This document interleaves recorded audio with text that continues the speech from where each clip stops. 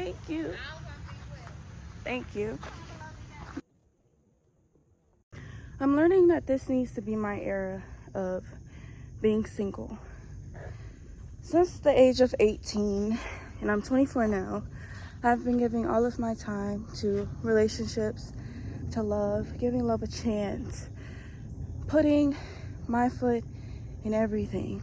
There was this one lyric in a no-name song I was playing on my way here to this location with a partner, or at least I thought was a partner, or think.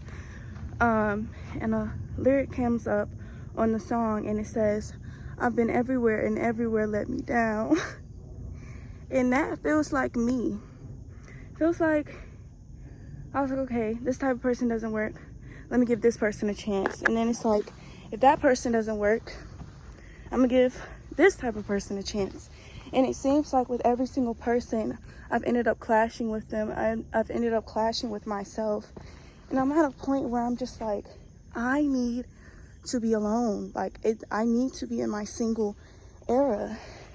I've been pouring so much love and so much attention onto others that I feel like I've completely stripped it from myself. And I feel like it's good to show people love. A lot of people, they need love in their life. A lot of people, they cannot function and go on without knowing somebody cares, without knowing somebody's there. And I feel like I've made it my role in life to be that person who is there for people when they feel like they have no one. And in the end, every single time, I've been left alone, left astray, left to pick up whatever pieces ruined while I was too busy trying to save someone else, you know? It's almost like what they taught me in lifeguarding school, where it's like, all right, if you go to save this person, they know that they're drowning. As soon as they feel some type of weight there other than their own, they will pull you down in order to save themselves, because they feel that anchor. You are that anchor lifting them out of the water, out of that hard time in their life. So because you are there and they are oftentimes in that water, they are in that place, in that sacrifice of their life, they're like, okay, I am going to lean upon you. You are that boat that came and saved me. And because all of this stuff is drowning me, I cannot see clearly. All of the water, all of the chlorine, all of the negativity is in front of my eyes. It's in front of my mind. And that's all I can see. I can't see nothing else. My vision is blurred from all of the turmoil, all of the things going on in my life. And once something comes that feels just as heavy as them, some people, they'll latch onto it and be like, okay, let me see where this takes me. And others, they'll drown you down, either with them, or they'll drown you down so they can come up above the water. And a lot of people do this knowingly, unknowingly, consciously, unconsciously, but it can all end in the demise of yourself if you are not skilled in what to do in those times where it seems like, okay, this person possibly needs a hand. How can I give them a hand without losing my other one? And in those moments, you can see how when you're trying to save other people, when you're trying to keep yourself afloat, when you're trying to just do your job, when you feel like the universe just called you there,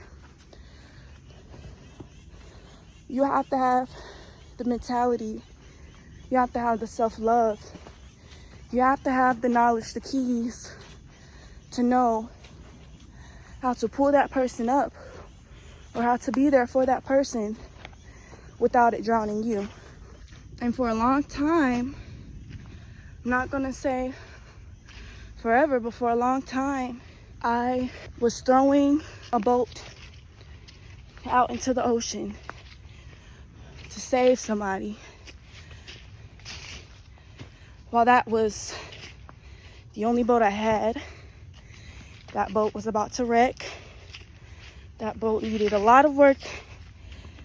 You know, sometimes I will pull up in the boat, the engine would still work, it'll just go a little slower. Well, the engine works more now. I fixed it up so that I bring this boat to you, and now we can float. Now we don't even have to touch the waters. And sometimes I got to them, but the engine wasn't there at all. We had to paddle. And a lot of times, and the most unnoticeable, were the boats that had no engine, that had no paddles, expecting a person to be prepared to hear that engine roar through the water, to push them out of the tribulations. Coming to a person that you know is expecting those paddles to already be there. Going to that person who is expecting there not to even be a boat. They're like, if you don't lift me up out of this water with all of your strength, with all of the might, all of the healing power that you possibly have right now. See, a lot of us, like myself, are being this anchor to people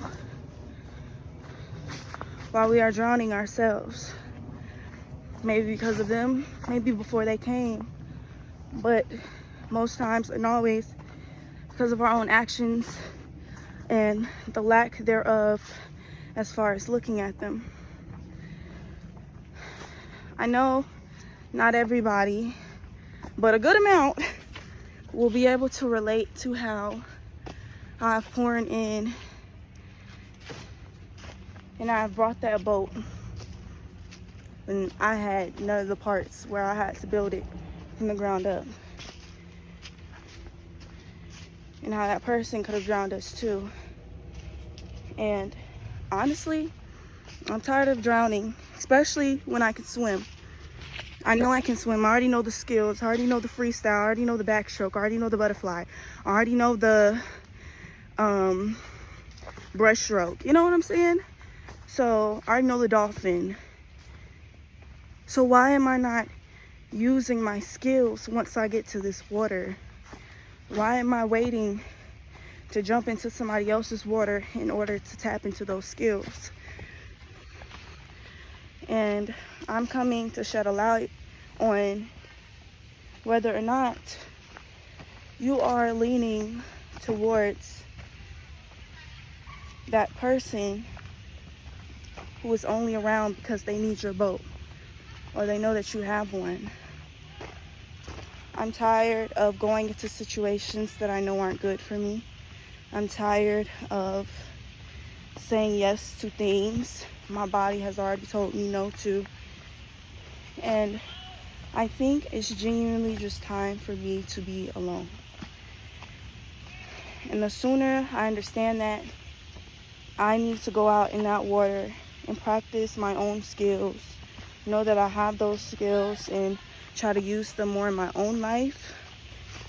The sooner I'll be able to find those who won't just be paddling when I get to them, but they'll be swimming just as fast as me or faster. So, yeah. Say all this to say that if you are that person who wishes to swim, or if you're that person who is floating, who feels like the only possible way to survive is to find those who swim, I encourage you to build upon your own skills. I love you. Thank you guys so much for coming by. It's your girl, J. Cordani. Feel free to subscribe if you've gotten this far. I love you guys. And thank you so much. And yeah, I'll see you guys next time. Bye-bye.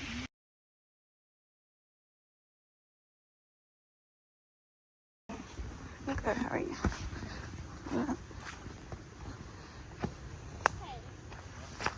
Yes. How do you know? Oh, I love you. Thank you.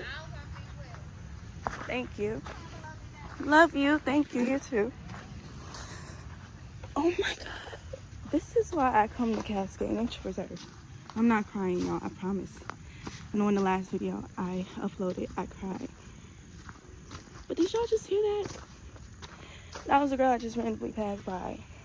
And it's crazy because before her, as soon as I cut the video, I passed by another woman. And I saw she was here with her family. And she says, "Did you have fun today?" And I said, "Kinda. I came here with my boo. Now he's not next to me." And what she said was,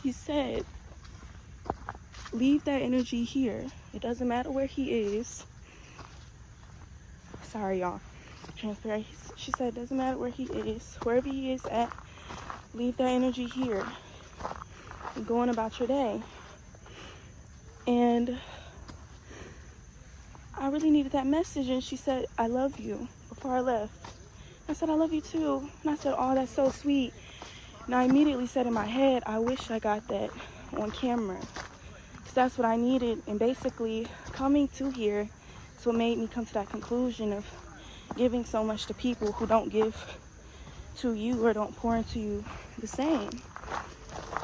And then I meet the woman and I'm like, "Oh, I wish I got that on tape." And right when I'm leaving, I start recording again and I'm like, okay, I'll just record right here. And that's when y'all heard, "Hey, it's okay."